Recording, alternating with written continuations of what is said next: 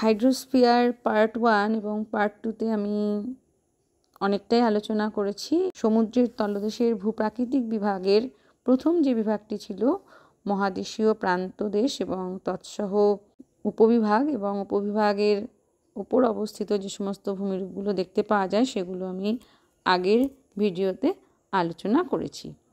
আজকে আমরা সেকেন্ড পার্টে চলে যাব বা সেকেন্ড ভূপ্রাকৃতিক বিভাগ নিয়ে আলোচনা করব গভীর সমুদ্রের সমভূমি এবং তার উপরে অবস্থিত বিভিন্ন ভূমিরূপগুলো সম্পর্কে। এরপরে আমরা আরেকটি অংশে চলে যাব, সেই অংশটির নাম হচ্ছে ডিপ সি প্লেন বা অ্যাবিসাল প্লেন বা গভীর সমুদ্রের সমভূমি অঞ্চল।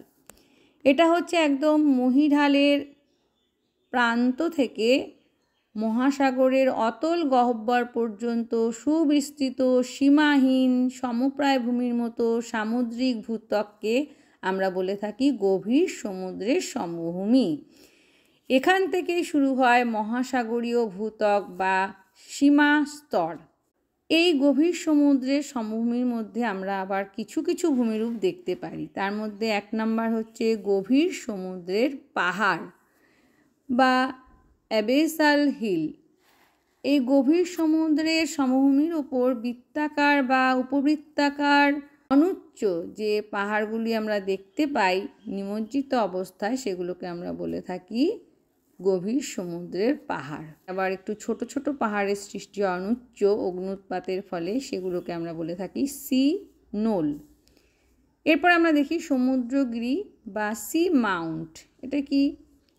গভীর সমুদ্রের সমভূমির ওপর বিভিন্ন জায়গায় ছড়িয়ে ছিটিয়ে নিমজ্জিত অবস্থায় কতগুলো শঙ্কু আকৃতির পাহাড় বা মৃত আগ্নেয়গিরির পাহাড়কে আমরা বলে থাকি সি মাউন্ট। এগুলো অনেক সময় সমুদ্রপৃষ্ঠের ওপরে আগ্নেয় দ্বীপরূপে অবস্থান করে, যেমনি দেখতে পাই আমরা হাওয়াই, অ্যাজোর্স, এই সমস্তগুলো দ্বীপরূপে অবস্থান করছে। আর যেগুলো নিমজ্জিত যে আমরা সি মাউন্ট দেখতে পাই, যেরকম প্রশান্ত মহাসাগরে গিলবার্ট, হ্যারিস এবং ভারত মহাসাগরে গ্রিব, নিকিতান, এই সমস্তগুলো আমরা দেখতে পাই বা এই সমস্ত সমুদ্রগিরি আমরা পরিলক্ষিত করতে পারি। নেক্সট আর একটা ভূমিরূপ বলবো যেটা গভীর সমুদ্রের সমভূমির উপরে অবস্থান করে, তার নাম হচ্ছে গায়ট। গভীর সমুদ্রের সমভূমির উপর দণ্ডায়মান সমতল বা চ্যাপ্টা শীর্ষদেশযুক্ত টেবিলের মতো নিমগ্ন আগ্নেয়গিরির পাহাড়কে আমরা বলে থাকি গায়ট। সুইস ভূবিজ্ঞানী আর্নল্ড এইচ গাইটের নামে এই ভূমিরূপগুলোকে নাম দেওয়া হয়েছে গায়ট। প্রশান্ত মহাসাগরে এরকম প্রায় 1400 গায়ট দেখতে পাওয়া যায়। এরপরে আমরা দেখতে পাবো যে ভূমিরূপ, তার নাম হচ্ছে সামুদ্রিক শৈলশিরা বা ওশানিক রিজ। গভীর সমুদ্রের সমভূমির মাঝখানে সুদীর্ঘ উঁচু ও জলমগ্ন উচ্চভূমিকে আমরা সামুদ্রিক শৈলশিরা বলে থাকি। আমরা আগে সামুদ্রিক শৈলশিরা সম্পর্কে একটু পরিচিত আছি, কারণ আমরা জানি, সবসময় আমরা পড়েছি যে মধ্য আটলান্টিক শৈলশিরা সম্পর্কে। এই মধ্য আটলান্টিক শৈলশিরা থেকেই আমরা জানি যে সি স্প্রেডিং ঘটেছিল এবং এই মধ্য আটলান্টিক শৈলশিরা বিশ্বে বৃহত্তম ও দীর্ঘতম। এরপরে যে আমরা ভূমিরূপ গভীর সমুদ্রের মধ্যে দেখতে পাই সেটা সম্পর্কেও আমরা একটু পরিচিত আছি, যেমন আমরা শুনেছি অনেকবারই নাম ম্যারিয়ানা খাতের। সেরকম ট্রেঞ্চ বলতে আমরা কি বুঝি? গভীর সমুদ্রের সমভূমির মাঝখানে সুগভীর অতল স্পর্শী সংকীর্ণ এবং অল্প বিস্তৃত অবনমিত অংশকে সমুদ্রখাত বা ডিপ বলে। আর সমুদ্রখাত যখন অত্যন্ত গভীর এবং দীর্ঘ সরল রৈখিক হয়, তখন তাকে আমরা বলে থাকি সমুদ্র পরিখা বা ট্রেঞ্চ। এই খাতের সংকীর্ণ এবং গভীরতম অংশকে আমরা বলে থাকি খাদ বা ডেপথ। যেরকম আমরা জানি প্রশান্ত মহাসাগরের গভীরতম সমুদ্র খাত, আমি আগেও বললাম, যার নাম তোমরা শুনেছো, তার নাম হলো ম্যারিয়ানা খাত। চ্যালেঞ্জার খাত, এটি হলো বিশ্বের গভীরতম স্থান।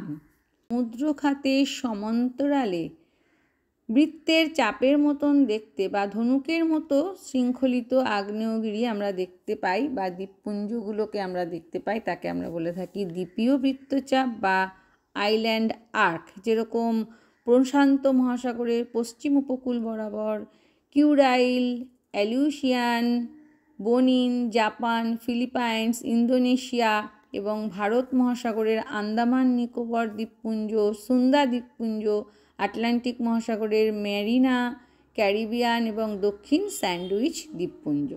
এই মহাদেশের প্রান্তভাগে ও দ্বীপীয় বৃত্তচাপের মাঝে যে ছোট ছোট অগভীর সমুদ্র সমভূমি দেখতে পাওয়া যায় তাকে আমরা বলি প্রান্তীয় সমুদ্র পর্যঙ্ক।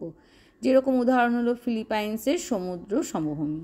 সামুদ্রিক মালভূমি বা সাবমেরিন প্লেটো, এটা কি মহাসাগরের তলদেশে সুবিস্তৃত ও উপরিভাগ প্রায় সমতল উচ্চভূমি বা টেবিলের মতো যে ভূমিগুলো আমরা মালভূমি ভূপৃষ্ঠের ওপর দেখতে পাই, ঠিক সেরকম মালভূমি কিন্তু সমুদ্রের নিচে নিমজ্জিত অবস্থান করে, সেগুলোকে আমরা বলে থাকি সাবমেরিন প্লেটো বা সামুদ্রিক মালভূমি। যেরকম এরকম আমরা মালভূমি দেখতে পাই প্রশান্ত মহাসাগরের অ্যালবার্টস, ভারত মহাসাগরের সিসিলি, আটলান্টিক মহাসাগরের টেলিগ্রাফ মালভূমি।